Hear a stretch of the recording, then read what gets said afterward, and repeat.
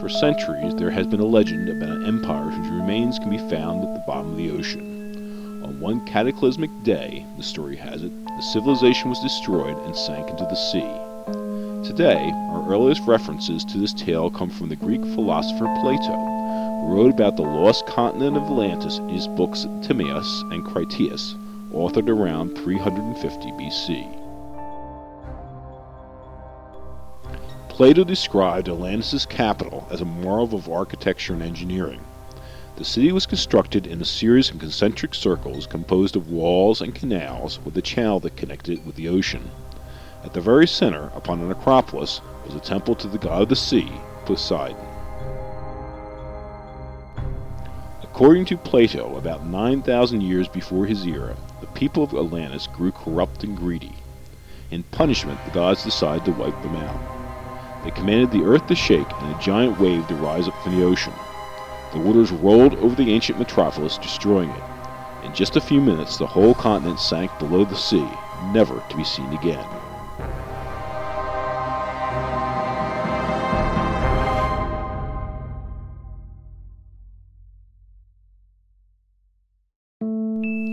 So is the story of Atlantis' destruction true? Some scholars argue that Plato just made up the tale to illustrate points about government in his many discussions with other philosophers and students. Many of those who take Plato's story as actual history, however, believe that Atlantis must have been located in the Atlantic Ocean to the west of the Strait of Gibraltar. The 19th century politician Ignatius Donnelly wrote a book entitled Atlantis, the Antediluvian World, detailing this theory. Modern science, however, has failed to find evidence of the continent at this site.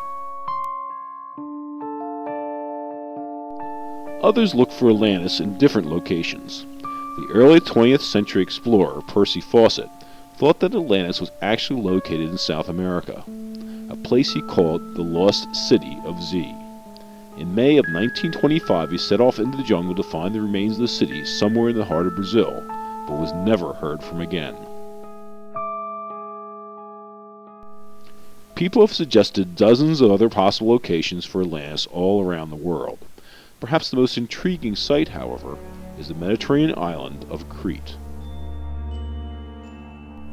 Around 1909, K.T. Frost, a professor of history at Queen's University, noticed many similarities between Atlantis and the Minoan civilization that existed on Crete in the 17th century BC. Both possessed powerful navies. Both had a level of technology more advanced than their neighbors. Both granted women a relatively high legal status, and both enjoyed the unusual sport of ritualistic bull leaping.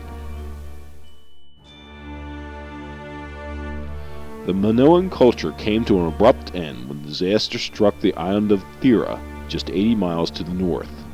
The island possessed a huge volcano that blew itself apart in a titanic explosion around 1600 BC. This caused an earthquake and a tsunami estimated to be 120 feet in height. The island of Thera was torn apart into a ring which we now call Santorini. On Crete, the wave hit the coast, washing away most of the Minoan civilization in just a few minutes. Now only a few ruins and relics of their culture exist. So is the story of the destruction of Atlantis actually the story of the destruction of the Minoan culture? Not all archaeologists agree, and people continue to look for evidence of Atlantis at places as far apart as America to the west and New Zealand to the east. And perhaps the lost continent is in none of these places, but still waiting to be found somewhere at the bottom of the sea.